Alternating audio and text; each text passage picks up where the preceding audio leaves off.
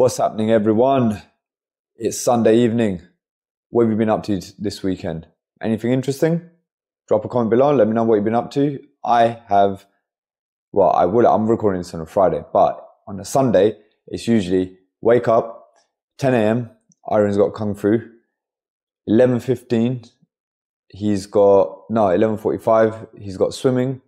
1:15, Jessica's got swimming. And then I'll probably do my cooking, meal prep and everything.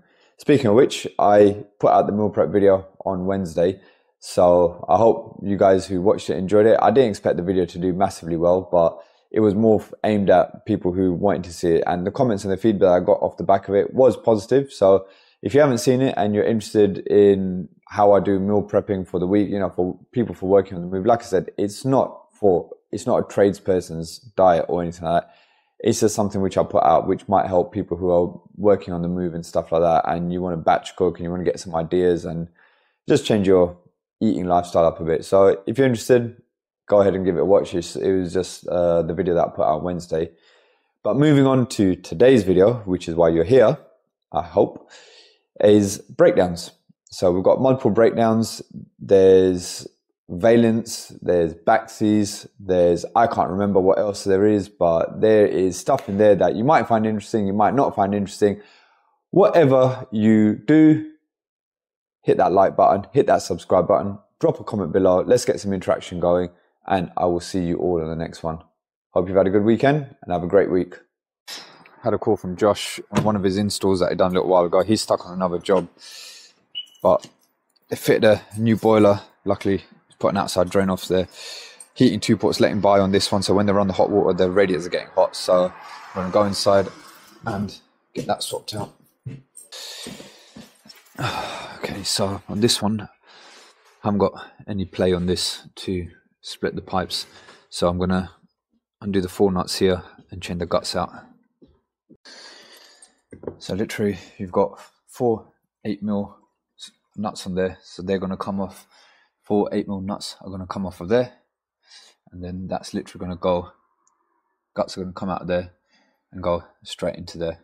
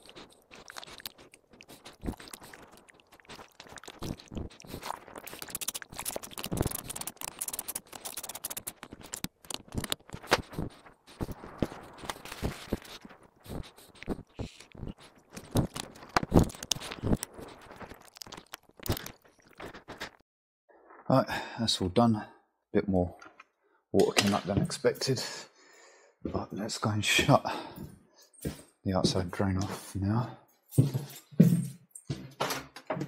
It's still raining out here. No, right.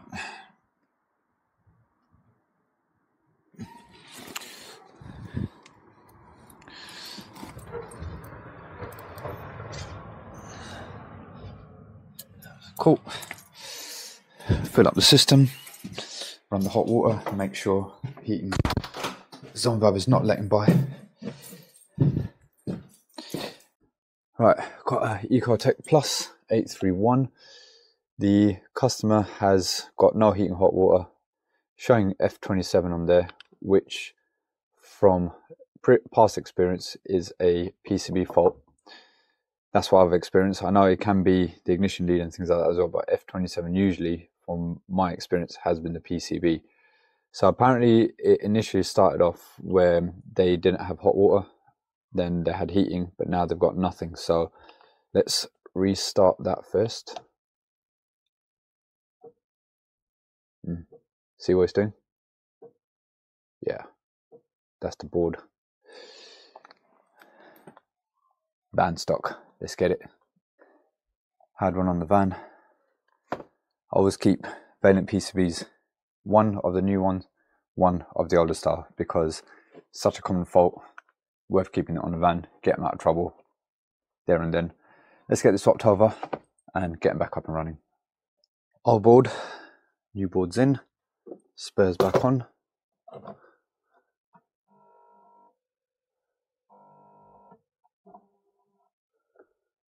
That's looking better already.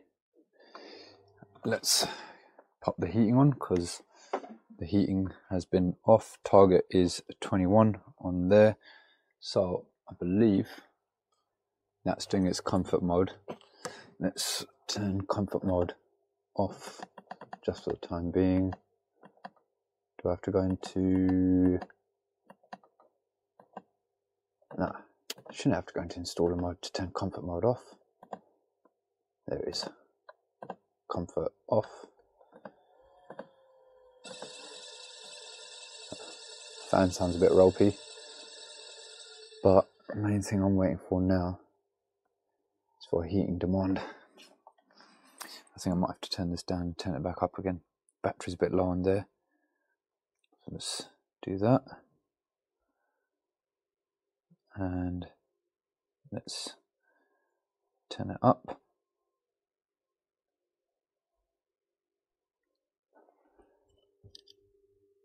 Why isn't that clicking on? Ah, there we go.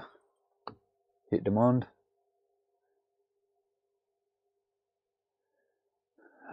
Let's see what we show in the live monitor. Some hot water mode, pump overrun. So let's just wait for that to finish, and then I'll come back to this and should be fired up. Fan sounds a bit ropey, but we have ignition, burner on, so it is working, but I've got a feeling I might need to change the fan on that. Right, I've got a Parkton Pro Max system boiler with a lot of water in the combustion chamber. So first things first, I'm going to wet back the water out, but it's coming from the blank where the AAV would normally be. Now that's been replaced recently, that's the old one there, but even though it's been replaced, it's still dripping from there. So we're not sure whether it's the O-ring itself or if it's a crack in the main heat exchanger, because I've seen it before where there's a hairline crack in the plastic of the main heat exchanger, similar to the vaillants, because if you look at this top bit here, that's similar to when you see the fly and returns coming down from the bottom of the vaillant main heat exchanger, and those are prone to getting hairline fractures on them as well when you're taking out the fly and return pipes. So I can see the staining, I don't know if it'll show up on camera, but there's staining right down the back of the main heat exchanger, which is either the water where it's dried and scaled up, or potentially it's signs of a hairline fracture, which wouldn't be great. And the boiler is from 2016, so it's not technically even that old. It's had a new PRV and expansion vessel. So I'm going to drain it out because pressure's obviously at just under 3 bar. So get that sorted out, get this all wet backed out, and then take that out and have a look at the O-ring. So I've got the old air vent plug out.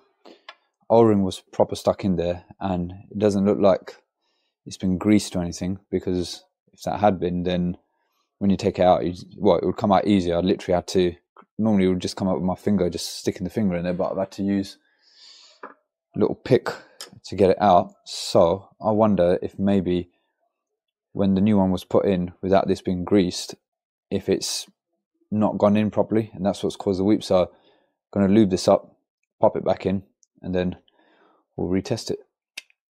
Right, I've got the new, well, the same one back in, but what I've noticed this time around, let's get the light on it properly, is that plug is actually sitting deeper. So we're back up to pressure and it's not leaking, but the old one, like I said, it wasn't greased up or anything, and I've got a feeling the old one wasn't pushed in all the way, so the clip was going through this middle section here rather than going above it, because now it's on.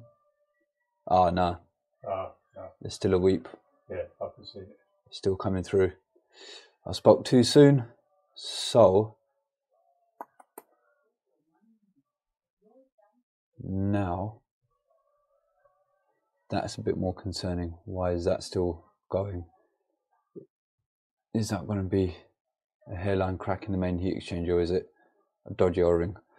I'll try another O-ring from, where's it gone, my O-ring box somewhere there.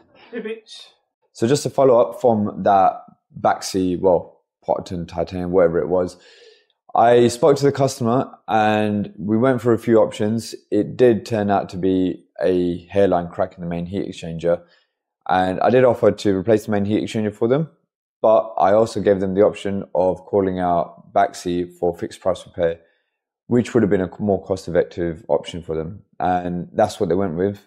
But they were really grateful. They said, look, you know, they appreciate the honesty and the fact that it's cost them a lot less than what I could have done it for. But I may have lost out on the job and the money for that job, but I've gained a new customer because they will pass my number on to anyone else that needs their boiler fixing or anything like that.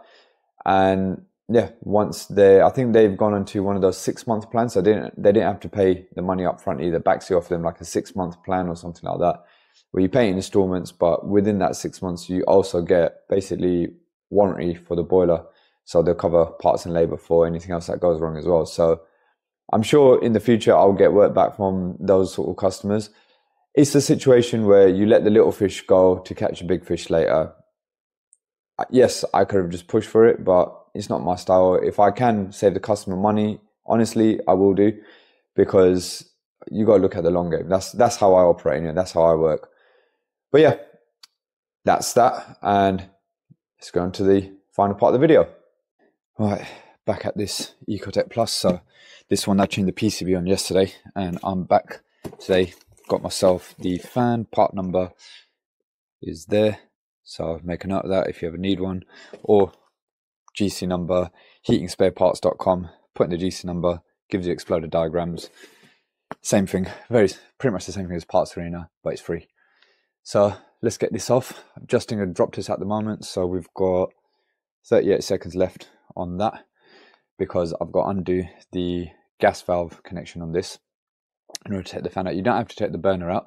I'll show you how I do it. There's 3 T30 screws, I believe. I think it's T30s that you undo, and you can basically drop the fan and the gas valve out, but you need to undo the gas valve connection. So just doing a drop test. Once that's done, start stripping this out. Okay, so all you got to do here, got the connection for the gas there, undo all your electrical connections. Obviously it's a bit tight here, but luckily I should be able to work around it. And then above here you've got 1, 2, and there's another one back there. I believe they are T30. Once you undo that, the fan will and the gas valve will drop out together in one go. Then all you've got to do is separate the gas valve from the fan, rebuild it onto the new one, and then pop the whole thing back in again.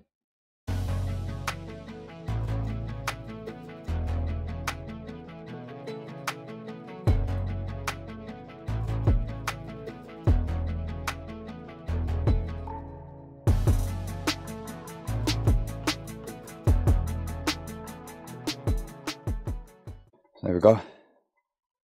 It's the old fan and gas valve out.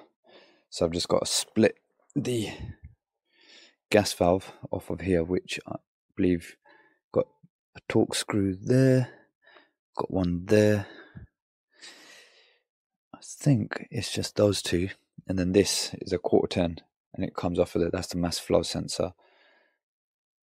No, there is another screw in there as well, so which means I'm actually going to have to take the gas valve out completely, so I can then take the bracket off of here, take the bracket off of there, build that onto the mass flow sensor, and then the gas valve and everything back onto the fan, and then pop the fan back in there. So slightly longer, but yeah, it's fine.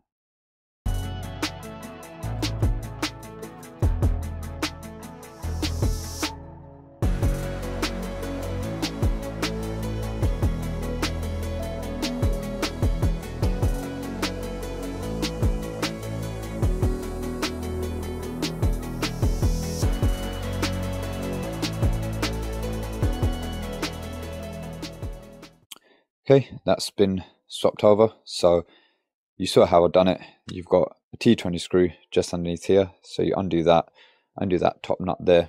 Gas valve comes out. Then you've got 3 T25 screws, one there, one there. Those two are fairly easy to get to, but then you've got one literally right there. So the gas valve has to come out.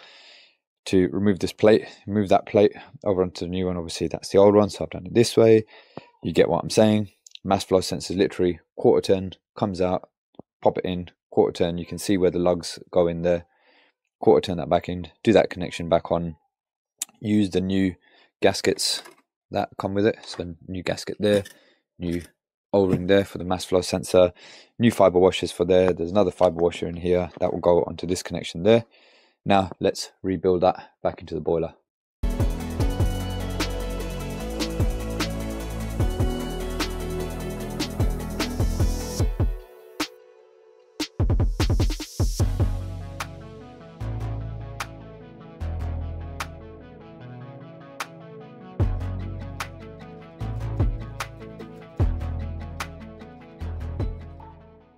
Okay, drop test is all sound. So now power on, and yeah, that's fine. Unilight built tough. Let's get that on. And remember, last time that fan was squealing. So the pump says come on. Wait for the fan.